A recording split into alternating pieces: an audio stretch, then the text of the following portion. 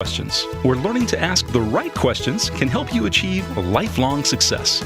Now, here to help you ask all the right questions is award-winning author, international speaker, and business strategist, Laura Stewart.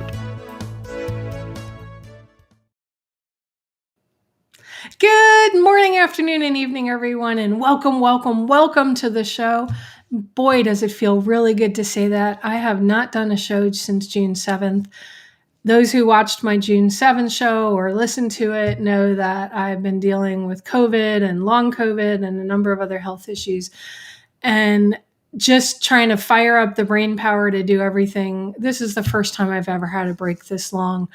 But I knew, like I did on the June 7th show when I had John David Mann on, that today I needed to be here for a very special guest, somebody very important to my heart, to my soul, somebody who I've known. I am trying to figure out how long I have known him in person. We've had many cocktails together back when I lived up in Norwalk, Connecticut.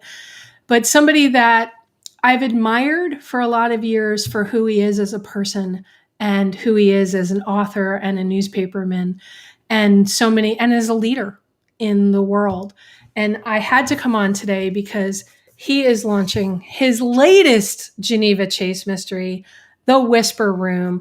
Welcome, everybody. My dear friend, oh my God, I can't stop devouring every book he reads, and they need to be 3 times as thick because I finish them too quickly, even when I try to slow myself down. These books make me so happy, Tom. I don't even know what to say, but I read them, and even though, they're murder mysteries and some of the topics are like, oh my God, I'm still smiling from the moment I get it in my hand. I'm sad when I get to the very last page because I'm like, I want more. And you've written, this is the 5th book. Yeah, you make me smile. I mean, you make me so happy when we're talking together. And yeah, I don't know how long it's been since we've known each other, several lifetimes, I guess. But yeah, you and I, we did the cocktail thing when I was working for a newspaper up north, and now we've stayed friends all these years. So I am just delighted to be here talking with you. Yeah, many Chamber of Commerce events and other charity events and board events, and just being out and about in the community. And I mean, now, in addition to being this incredible, I feel like I should whisper because it's called The Whisper Room, author who can I share the latest accolade that happened? Please do. Okay. All right, cool. I'm so excited about this. I don't know if all of you know this, but there are awards in every genre of fiction, just as there are in nonfiction, right? And one of the biggest awards in the world for what Tom writes for is called the Edgar Award. And he was nominated for this year's award, one of 5 people in the world nominated for the Edgar Award for this. You were robbed, totally robbed, Tom. But I mean, that's an incredible feat. You've written 5 books, and you were nominated for this worldwide award that is such a pinnacle of your career. Tell me about that. Yeah, what's funny is as he's also the head of the Chamber of Commerce of Carteret County, North Carolina. Or is it South Carolina? I got people out here answering the phone, but it still rings in here. Yeah, it was back in January. And, I really don't write thinking about awards. I write because I enjoy writing and I like telling stories. And my old publicist, who has since retired, sent me a note on Facebook, and he said, "Congrats, dude." And I go, "What for?" And he said, the Edgar. And I go, "What?" Because I hadn't heard. And I went on Mystery Writers of America website, and I took a look. And I'll be darned. Yeah, I was listed as one of the nominees. And I was the only one here in the office, which was fortuitous because I do not dance. but I was literally dancing around the office because, yeah, it's a little bit like being nominated for an Oscar if you're writing Right. mysteries. And there was a black tie affair in New York City in April, and I met some really cool authors. I did not win. It was Tracy Clark, a very deserving author in her own right. And that night I called my agent and I said, Kimberly, I'm sorry, I didn't win. And she goes, you were one of 5 authors who were nominated for this award. I'm proud of you. So I'm going with that. And my publisher keeps putting it on everything when they talk about me. They say, Edgar nominated Thomas Kies. Woo. Yeah, it's like the actors who were Oscar nominated 30, 40 years ago. That always follows them and makes it even bigger, each thing that they do, and they get more opportunities because of that. But your books are totally worthy regardless of all of that. When you were in New York at one of my favorite hotels in Manhattan, you told me earlier it was the Marriott Marquis where the event was. Do they still have the spinning restaurant up top? No, I don't think they do. Okay. They've got a great restaurant. I know I ate there and spent way too much money, but I don't think the revolving restaurant's still there. Okay. You were there with tons of other mystery writers. I always love to ask this question of when I have authors on this show. Most never get to an event like the Edgar Awards presentations and everything. Was there one person that was there that when you met them, you were like, I am so glad I met them? Or you met them and you went, wow, they're not what I expected? No, generally speaking, in the mystery writing business, everybody's very, very supportive of each other. And I have yet to meet a single author who hasn't been friendly and helpful. And that makes me glad because I would like us to think that we're all in this together. But the one author I enjoyed meeting, even briefly, is a guy by the name of S.A. Cosby, who wrote Razor Blade Tears. And he has done a phenomenal job with that book, and it's won just about every award. He was up for an Edgar as well, a different award, and he didn't win. He was robbed. But what a nice guy he is. And then I ran into him a month later. I was up at Thriller Fest in New York, and it was a different hotel. He and I were signing books almost right next to each other, and he's just a really swell guy. So. Yeah, I get a chance to meet some of these people I've read throughout the years, and it's kind of fun. And some of them even know who the hell I am. So That's really a nice reflection on who you are and what you're doing. The fact that they're recognizing you as well. But I love the fact that you speak so highly of this other person. And we have been good friends on Facebook for a long time, and you're always commenting on other authors' things. And I have a tendency to plug your book in wherever I can to other authors that I've interviewed on the show, just like I try to do with their stuff as well. And that's so much about who you are as a person, Tom, that's where you lead, right? You lead with everybody is in this together. We all can lift each other up. Considering that you were a newspaper man for a long, long time, and considering the stories that you write in here, how do you stay so positive? There are just so many people who are worse off than I am. I am just a lucky son of a bitch. I mean, I live in a wonderful location here on the coast in North Carolina. I fell into a job. Right now, I'm the president of our Chamber of Commerce, and I'm a cheerleader for the entire county. We've got beaches. We got great restaurants. We actually did a national TV shtick this morning, which I'll tell you about later on. Okay. And I've got nothing to complain about. I am so blessed and so lucky. And as far as the books go, if you've ever worked in a newspaper, generally speaking, anybody who is there wants to write a novel, and I was one of them. And I did it, and I continue to do it, and I continue to have fun doing it. So there is nothing to be mad about or upset about. And sure, there are certain things that make me sad, but there is way more things that make me happy. So, and if I can help make somebody else happy at the same time, that even makes me happier. Well, you heard my opening for the show, so you know that you make me happy. So, and you and your wife and pup are always welcome to come visit down here. You too. You know, we've got a guest room over here. Don't tell the rest of the audience that. But yeah, you're always invited.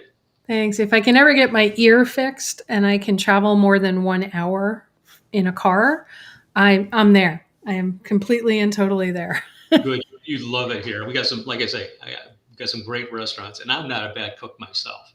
Okay, cool. Now, you have a wife, as I mentioned. You got a great dog who you often have photos of your pup sitting there while you're writing, which please everybody find Tom on Facebook. And if you're not already friends with him on Facebook, do that because it's so wonderful to watch. When you're writing the book, because every author I know, including myself with what I've written and everything, it's helpful at some point to bounce things off of somebody. Is she somebody that you do bounce off of throughout the process? Is it or not? Because some people don't want their spouses that involved too early because it's difficult. Well, it's a balancing act. If I'm working on a new project, and as I'm working my way through it, I'll let Cindy know what I'm thinking about doing and what this character might look like. As far as her helping me out through the writing process, she won't read any of my work until it's actually out in print. So she won't look at it until I get the advanced reading copy, because unlike every other writer in the world, I keep changing it. I keep rewriting it. And if I had a chance to go back to the first book, I'd rewrite that yet one more time. So she doesn't want to keep rereading this stuff. But she's my most ardent fan, and she's also my most stringent critic. So I can't slide anything by her. She will call me out on it.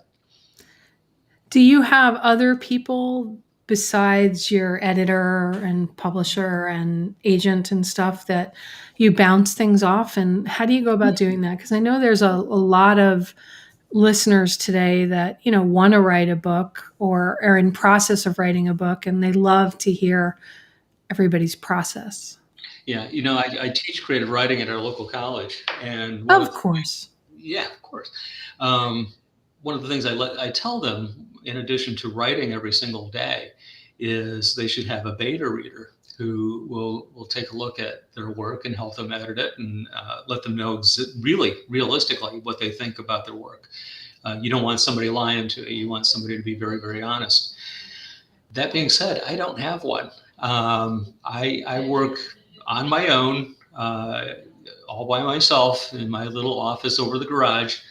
And when I think I'm done, and generally I'm working on a deadline once the acquisitions process is in place, I'll send it to my editor, and then I wait. I usually have a really big glass of wine because it takes about 10 days until I hear back from them whether or not they like it or they don't like it.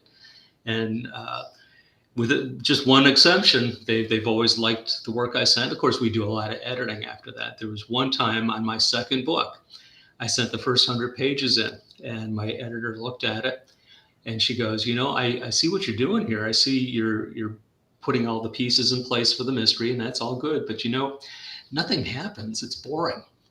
And I go, holy crap, no.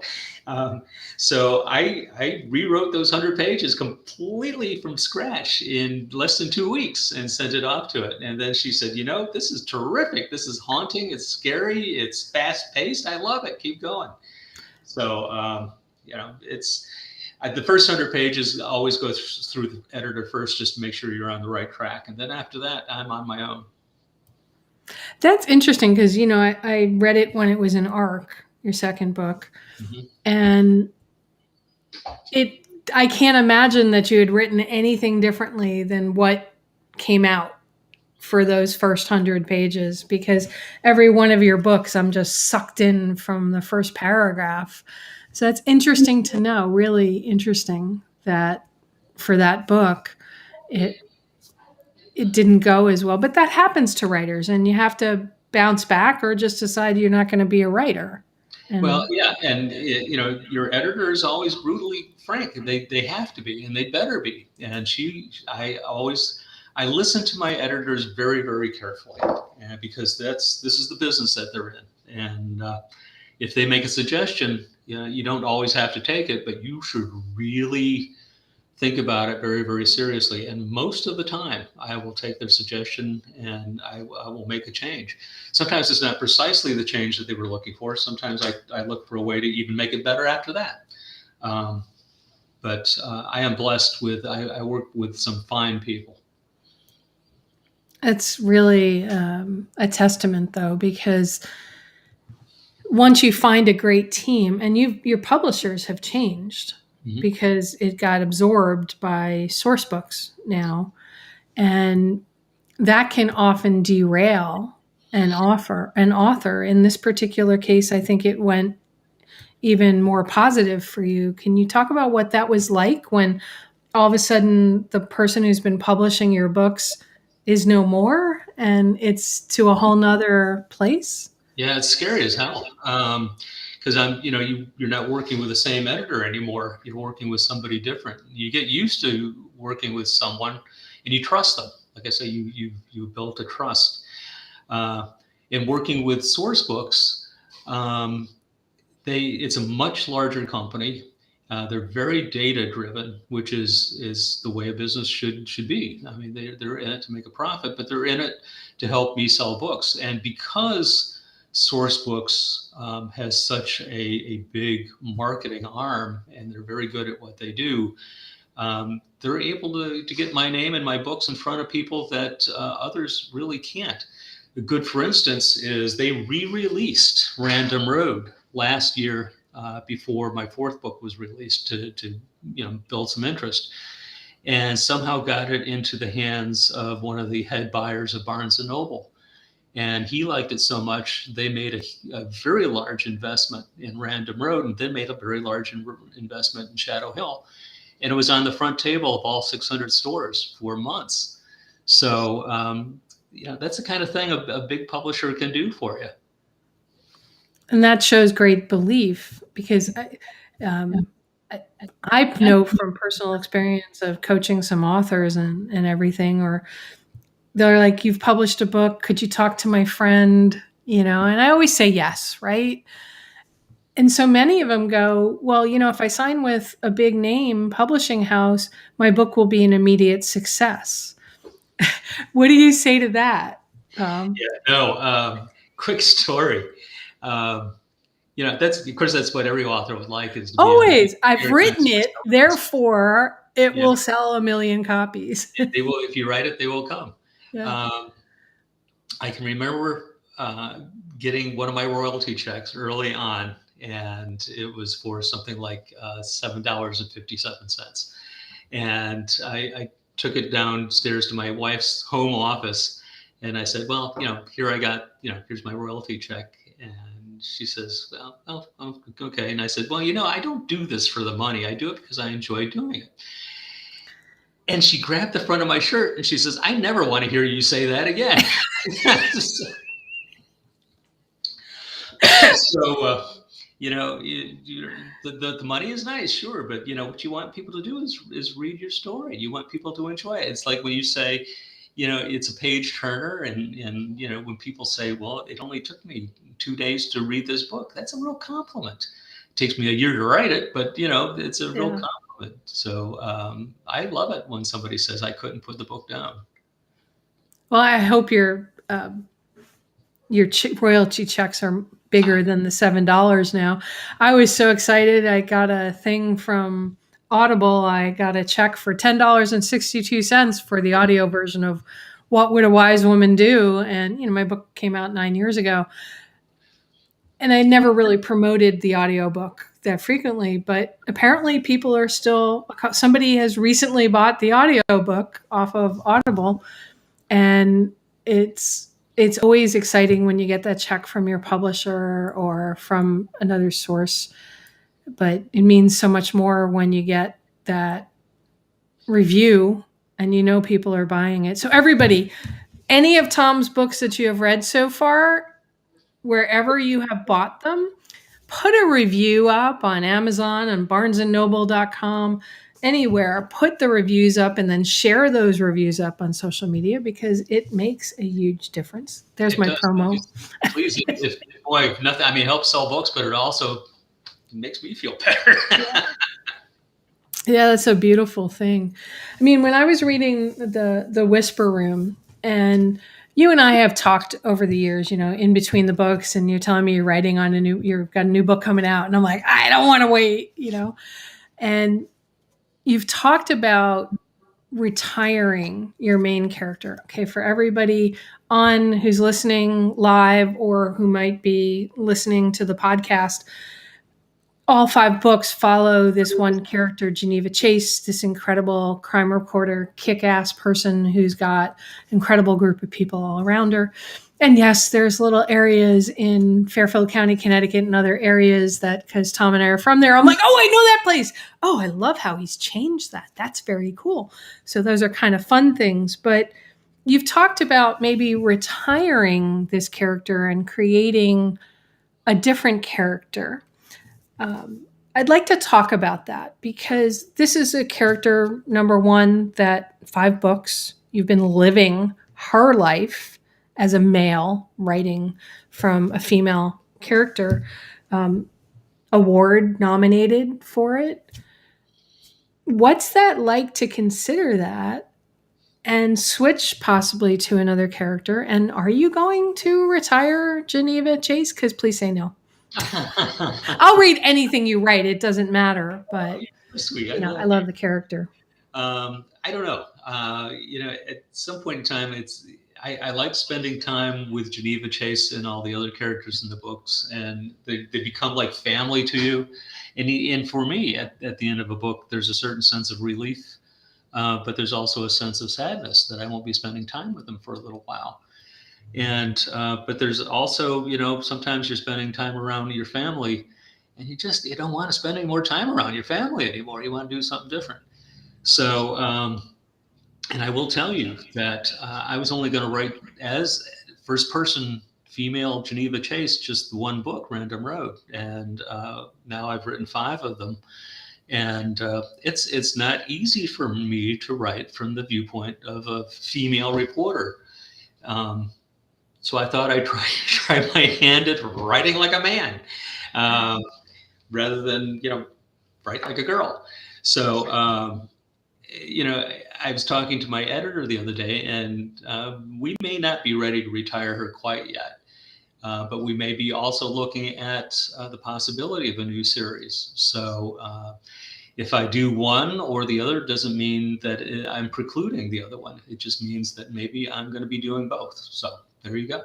You can even become like Brad Thor and Stewart Woods and other authors, 2 books a year, one with one character and one with another. Frankly, that just blows my mind that they're able to do that. Yeah, me too. She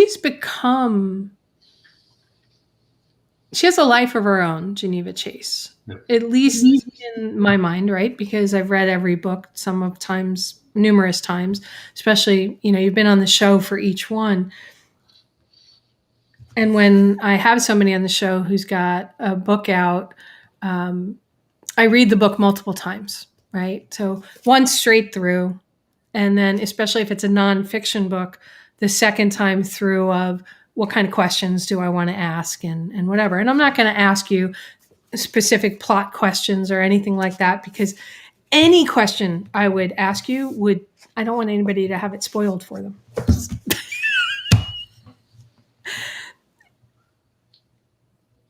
When you write as a female, are there any things that you do to prepare yourself to get into the headspace of that? Yeah. What I'll do, actually, all my books are out on Audible now. I will plug in one of my books and listen to the remarkable woman who narrates my books. Her name's Rebecca Gibble, who I absolutely adore. And she's done all of my books, and she's got a great cadence, and she seems to know Geneva Chase, and she does voices and she does accents, and she's just terrific. But by listening to those Audible books, the audio books, that gets me back into the mindset of Geneva Chase. Sometimes I go back through and read excerpts from some of the other books to get a feel for it. I do like to go back to the very first one, Random Road, and because that was my baby, and that there's just so much emotion, raw emotion in that book that was Geneva's, and I try not to ever lose that when she's doing something in a new book. She does have a lot of heart and a lot of emotion, and she's raising a 15-year-old girl who's not even her own, and she's got a dog that's a lot like mine. Um, so I mean, she's vulnerable, but she's also fearless and fierce, and I absolutely adore her. I'm not sure I'd want to spend a whole lot more time with her. Sometimes she can be a pain in the ass, but that's Geneva Chase. And that comes out that she can be a pain in the ass in the book. So I love that aspect of it. And there's several friends of yours and ours from back in Norwalk that have chatted in so far. Cindy Clark and Richard Cookie Thomas, who has that amazing voice and incredible singer that I knew from my Pitney Bowes days back up in Connecticut. And then my dear friend Alexis, he's up there as well. So hi, everybody. When you're writing a fiction book, it's so different than, I think, real life. But now you have also launched into another phase of Tom Kies, the writer. The Carteret Community Theater is now based on your Facebook. You've become not a screenwriter, but a playwright, writing a murder mystery dinner based on your books. Please talk about this, because it's hard enough to live normal life, right? And then now you're doing this and putting it on stage. Yeah, actually, this was.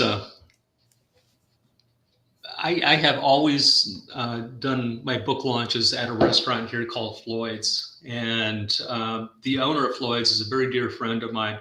She also happens to head up the culinary and hospitality department of our local college. And she said, for your next book, what would you think about doing a murder mystery? And it's like one of those things is, yeah, that sounds like, that's fine, that's okay. And then, we're coming up on the book launch about a month out, and she says, "No, I'm serious. Let's talk about doing a murder mystery dinner at the culinary school, and we'll do it as a fundraiser for both the school and for the local community theater." The community theater basically lost their building in Hurricane Florence, so they've been trying to get back and refurbish it again. So I'm happy to try to help them raise some money. And I wrote the script for this dinner theater, and all the characters in it, most of the characters are from my books. Geneva Chase, Frank Mancini's wife, Mike Dillon, who is the cop, Shannon East, the dominatrix, is one of the characters in the book. And the woman who's playing the part of Shannon East is really getting into it. She sent me a video of her in the leather, and she says, "I think you created a monster." So these are all our community theater actors and actresses, and they're having a ball with it so far. And tickets are $100 a person, but it's at the culinary school, so you'll know it'll be a gourmet meal. And it's a real mystery. If you can figure it out, there are prizes, and I'm hoping you don't figure it out because I wrote the damn thing. It is called Death of an Author. And I don't actually play a part in this at all. I wrote a part for somebody to play me. And the guy who plays me, he's got the beard, he's got the hair, he's got the glasses, but he's taller and better looking. So That's impossible. no, it's quite possible. And I'll tell you up front, because it's called Death of an Author, that guy dies after the salad plate. And then you got to try to figure out who killed him, me, whatever. And if I'm still alive at the end of this, I will be signing books around dessert. I love it. I love it. I put the link up for anybody watching live on where you can buy tickets if you want to go to Carteret County and support the rebuilding of the theater and just have fun and an incredible meal as well. What it sounds like, Carteret Community Theater. So you can go up there and find that.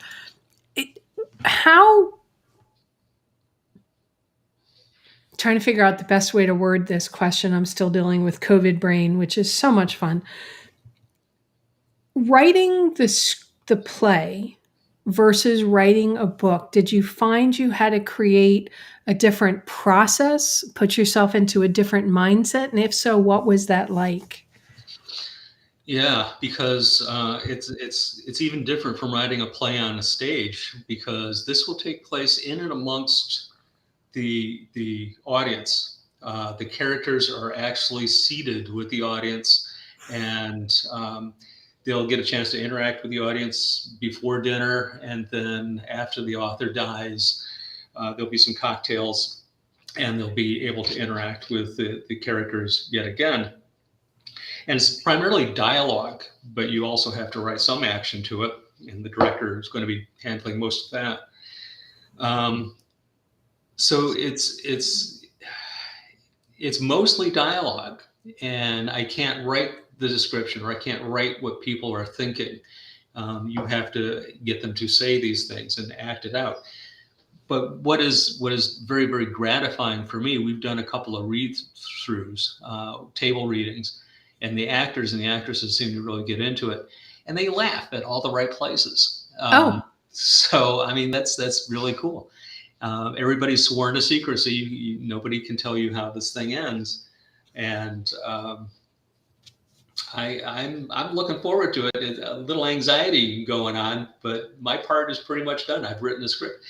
And once again, as a writer, I want to keep rewriting things, and I can't keep rewriting it, because that means everybody gets a different script every time I get a wild hair and I decide I want to change a sentence. So I have to let them and let this whole thing evolve, which is a little difficult for me. But like I say, it's coming along, and it sounds like everybody's having a really good time, and everybody's looking forward to it. And I did not write myself a part so I can sit in the corner someplace with a glass of wine and watch.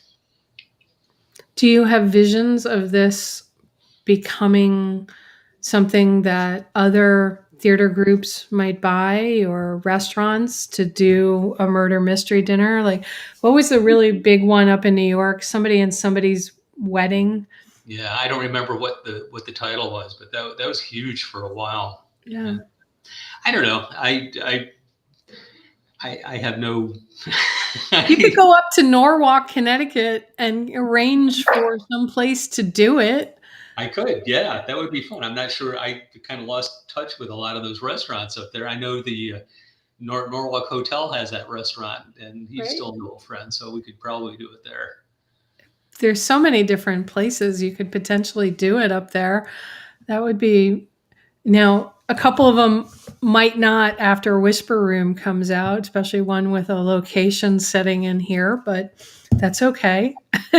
I will say that the lady who is the head of the culinary department over the school, she's thinking about changing the dining area of the culinary school and calling it Whisper Room. So I tell you. Awesome. That's really, really awesome. Yeah. All right. Now, this is obviously, being this author, writing these books, has bled into the rest of your daily life. I mean, you're the head of the Chamber of Commerce.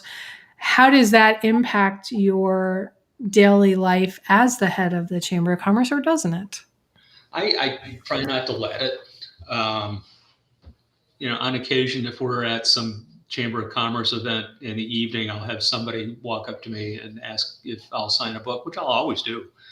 Or we'll have them come into the office to buy a book. And quite frankly, I don't even have any books here to sell. I send them over to our local bookstore, which is Perfect. yeah, it's a really nice little bookstore, and I love those people to death. So I try not to let the two merge as well. It shouldn't. When I'm here at our chamber office today. I just finished off a staff meeting before I came to do this podcast, and after I do the podcast, I got another meeting after that. So Okay. so I'm kind of sneaking this in between, but my staff is very, very good about letting me do this sort of thing. I make sure they get a signed copy of every book that I write. So That's nice. good. Yeah.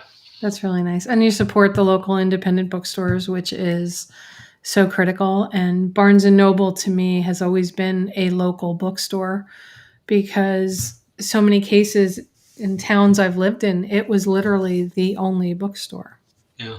that was around. And it's really special down here in Vero Beach. Somehow we've got to get you to do a book signing at some point. The Vero Beach Book Center is an incredible place. That's where I did my first book launch there as well. It's just a wonderful independent bookstore, and they really care about books versus. And Amazon's amazing. I buy a lot of books off Amazon because of how easy it is with ebooks and things like that. There's something about walking into a local small bookstore. When you go there a lot, everybody knows your name. They're like, "Hey, Laura, did you know this book came out? We think you'd probably love that." Yeah, and if they don't have a book, they'll order it for me, and they'll have it in a couple of days. And I like going in and talking what books are hot and what books aren't, and it's comfortable. It's a comfortable place to be. Have you ever thought about writing to a different genre? Oh, not really. I guess I write what I read, and I read primarily mysteries. I love reading mysteries, and my wife and I, if we're watching television, we generally love watching mysteries on either television or mystery movies. I've discovered on Acorn TV, and I never even heard of it, but it's primarily British mysteries. British and And Australian. yeah, and there is a form of Law and Order that takes place in London, and I thought, oh, this is going to be awful. It's like potato chips. I can't stop watching. So, I think I'm thinking about speaking with a British accent. It's just, I don't think if I tried my hand at anything else, it might be horror or maybe science fiction to some degree, but I haven't quite got into that mindset yet. Okay. Well, horror, I would struggle to read because I just have nightmares for months and months and months when I read those. So I just don't. Sci-fi, I'm totally in on the sci-fi as long as it's not alien Stuff. like the movie Alien kind of stuff. I hear you saying that kind of stuff, and you don't get as excited as you do when it comes to murder mystery. And Acorn is awesome. Check out BritBox as well. There's a lot of other things on BritBox. Maybe the next book that comes out, whether it's a Geneva Chase or a different character, maybe they'll have some Brit in there somewhere, winding his or her way around. Yeah, maybe if I do the next series, and I've started, I'm about 60, 70 pages into a first draft. It takes place here on the coast. It's a transplanted individual from New York, so he's a little bit like a fish out of water. Like you, when you first got there. He's a Yankee down here in the South, or as like we like to say down here, he's from off. And so that's been kind of fun for me to write so far, and it gives me a chance to talk about the beach and some of the things that we've got going on here, but also some of the backcountry. Last year I went whitewater rafting with some of my neighbors, and we went way up in the backcountry, and I kept thinking that, if anybody ever killed me up here, they would never find my body. So I think there's a mystery right there. Have you watched Longmire yet? Oh yeah, yeah. I'm a Longmire fan. I just started, and it's an incredible series. But hearing you talk about the bad country up high in the mountains, and nobody would find your body, and all that other stuff, I watched Longmire, and as a single woman, it freaks me out. They're up in like the Montana, Wyoming, middle of nowhere. They come upon these things that are hidden in the woods, and that to me is crazy. Well, the place we were staying in last year, they're just the nicest people in the world who let us stay there. There were 6 of us, and I get up fairly early in the morning, and before breakfast, the owner of the house was strapping a pistol on. And he says, well, I'm going to go out and walk the dog. And I go, you're taking a gun with you? And he says, yep, just in case there's bears. And I go, what the hell are we? Jeez. So being way out there, it was really neat. And I think that's, what if I'm doing the next series, we're going to have a couple of scenes out there. Maybe Geneva goes on vacation somewhere and gets caught up in something like that too. That could be fun. That's a possibility. Total fish out of water in that case. My friend just posted on Facebook, she lives in Orlando, this picture of this giant, huge black bear outside her screen enclosure. I'm like, that's Orlando. Yeah, obviously not. Yeah, we don't obviously. have bears here, but that's we got big fish, and that's about all. Sharks, we got sharks. All right, now you're a transplant. Yep. I'm a transplant, right? I went to Florida. You went to North Carolina after having always been up in the Northeast. What's been the hardest thing for you to get used to being in a completely different environment? And what's been the best thing that you're now like, I can't believe I've lived how many years of my life without that? Well, there's a number of things here. One, people are really, really friendly. I mean, they are just friendly to a fault. And like I said before, the food here is spectacular. When I first moved here, I gained 17 pounds, and I've taken most of it back off again. But by God, it's just easy to gain weight. The quality of life here, the clean beaches, the clean air. It's a slower way of living. Sometimes it's a little hard for a Yankee like me to understand what some of these people are talking about. Especially, we have a dialect with folks. It's called down east, and it's east of here, but it's really north of here, so it should be up east. But it's a lot of fishermen, and it's a lot of heritage up there, and they're a little skeptical of people from off. But once again, they're very, very friendly. A lot of them have a fishing heritage, and they've got a dialect that's almost like Old English.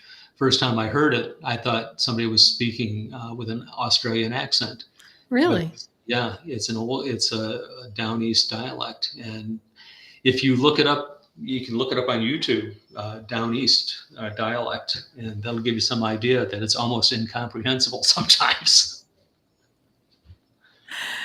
It kind of reminds me of what people say up north with Cape Codders. Mm-hmm. And things like that. There's this whole other language, and that's how they can determine if you're a lifer there or not, is by the words you say. That's pretty cool. And that, of course, is Amazon now ringing my doorbell, which they haven't rung doorbells to say a package have arrived in 2 years. And I'm dog sitting at the same time. This just proves to everybody I'm doing this live. I love it. Love it. Oh, all right. So I'm going to mute for a second and say something interesting, Tom. Okay. I'm used to answering questions versus actually talking all on my own here. I thought that would be fun to just throw that at you while I shouted to Daisy to be quiet. I could sit here and tell a couple of jokes, but I'm not sure that's even good. Some of them are a little off color, and I don't think we're going to do that. Isn't it funny though how we could be in a room, right? And you can start a conversation and have a conversation going wherever. But when you're being interviewed by somebody and then they throw it to you, hey, just hold the conversation, carry the conversation for a minute. It's like, blah, blah, I don't know how to talk anymore. Yeah. And what's funny is I actually give talks. So I'm All the used to time. I'm used to like getting it. And I was thinking, well, I got the opening of this speech that I always have given in a while, but how would that go over here online? I don't know. Just shut the hell up. All right. So let me throw a question out to you, which also you're going to have an opportunity to answer it any way you want, which you always do. But is there a question that you wish you've been asked in all the interviews that you've ever done on any of these books or anything that nobody's asked you that they wish you asked you? I guess I have been asked this a couple of times, but I kind of like it when somebody asks me the question, is Geneva Chase based on a real character? Now, I've asked you that one before. You have asked me that, and it's actually based on kind of two different ladies I worked with at the newspaper up in Norwalk, Connecticut. One of whom I saw when my wife and I were up there in April for the Edgar Awards. Oh, nice. We had lunch. You guys got together. Yeah, and it was just so nice to see her again. And the other one is Judy, who now lives in Florida. I'm not sure exactly where in Florida she lives, but both of them, their voices are in my head when I write the book. You were asking, how do you get into the head of Geneva Chase? And that's part of it. I try to remember some of the conversations I've had with them. And a lot of the conversations I've had with them were over glasses of wine. And, back in the day, newspapers, we were hard drinking. At some point in time, I smoked 2 packs of cigarettes a day. That was just stereotypical. Now I haven't smoked since 1995. I might have a couple of glasses of wine at night before I go to bed. Can't remember the last time I was in a bar. Well, when I was in New York, I had a couple of drinks with some writer friends. But some of those people were they're fun, but they work hard, and I miss them sometimes. Yeah. Yeah. Chamber of Commerce versus newspaperman. It's a very different way of spending your daily life. Yeah. It's certainly, you don't have the pressure of multiple deadlines every day. I don't have an editor or publisher really breathing down my neck. But it's still, you've got people you're trying to please. I've got a board, but they're very, they let me do what I really need to do, and we go from there. So that's great. Life is good.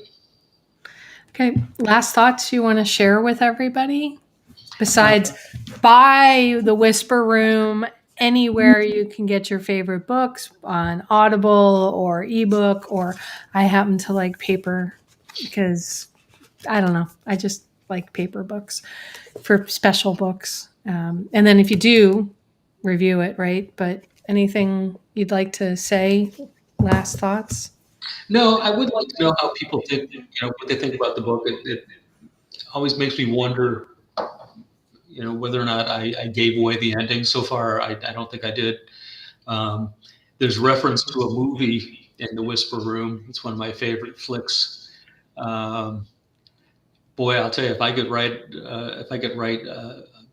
cinema noir like that particular movie, that would be quite something.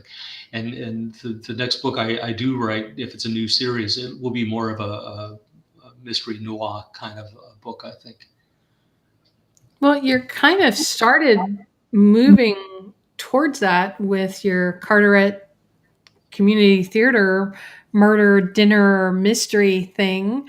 You keep moving with that. Next thing, it could be a movie or a TV series. I could see a Geneva Chase TV series. Totally could see that. There was some talk about them talking with Sony Pictures, but I haven't heard anything back from it. So who knows? I'm looking forward to it. I want to thank you so much for being here with me today. And I know that we had to switch the time, which totally cool with that, because you had that national thing this morning, which we cannot talk about. We will not talk about until we can talk about it. Sworn to secrecy. Yeah. And I'm just always so grateful to see your face, hear your voice, and hear what you're going on and doing with the books. It's wonderful to share with my listeners your process and what you think about the characters as well. So thank you. Well, Laura, thank you. It's so nice to see your smiling face. And I know it's been a while, and I know you've gone through some things and some situations, but thanks for doing this with me. Love you, love you, love you. So stay healthy, please. I'm working on getting it. So thank you so much. And everybody who's watching live, I've got Tom's website down below. And Tom, this is where you want people to go to find out more about you. Thomas Kies, Kies, author.com. I call him Tom because I've always known him that way. All right. Why Thomas, by the way, for your official? It was when I sent the manuscript to my agent way back, way back. I sent it as T.B. Kies because I was writing under the guise of a female. And I thought, well, hell, I'll fool them. J.K. Rowling, never let on that she was a woman. I won't let them know that I'm a guy. And my agent says, no, Thomas, you are Thomas. And she has always called me that. And I've written as Thomas. And when she and I speak to each other, she is Kimberly. I am Thomas. And she's another lady that I just absolutely adore. And that's great. So, yeah. I don't think I could ever call you. I mean, I could call you Thomas, but I've known you as Tom too long because that's the way you introduced me ages ago. But everybody, the website is Thomas, Thomas, Kies, author.com to go see everything that's going on. And there's links to go buy the books wherever books are sold. And remind everybody how important reviews are for you, Tom.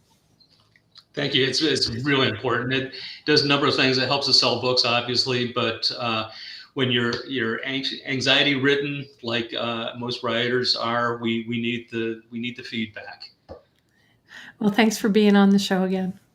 Thanks for having me, Laura. Talk soon. And everybody, grab a copy of Thomas Kies' book, The Whisper Room. Get all 5 Geneva Chase mystery books, starting with Random Road. You will not be disappointed. Post up on social media if you read them. I am at the Laura Stewart pretty much everywhere on social media. Tom paired up his channel for this live stream as well. Let us know what you think of the books. For me, I just wish they were 3 times as thick because I read really fast and I can't stop reading this once I start. I hate it when somebody tries to interrupt me when I'm reading the books. They are that good. So thank you everybody for being here today with me, my first time back in a couple of months. And I'm hoping to get back on a regular schedule. I do apologize. And for those who have reached out saying, hey, Laura, where are you? I'm just trying to get through some health issues, and your reaching out means the world to me, just like it does to Tom as an author. Rating and reviewing this show keeps us found. Sharing the show helps other people find it, talk about it, and let me know what you think and kind of guests that you'd like to have on the show. I love you all for listening. I'm really grateful for you every day. And remember, the right questions can change your life. Have a great day, everyone. You've been listening to It's All About the Questions, starring Laura Stewart. Connect with Laura at it'sallaboutthequestions.com and download a free workbook that will help you ask better questions starting today.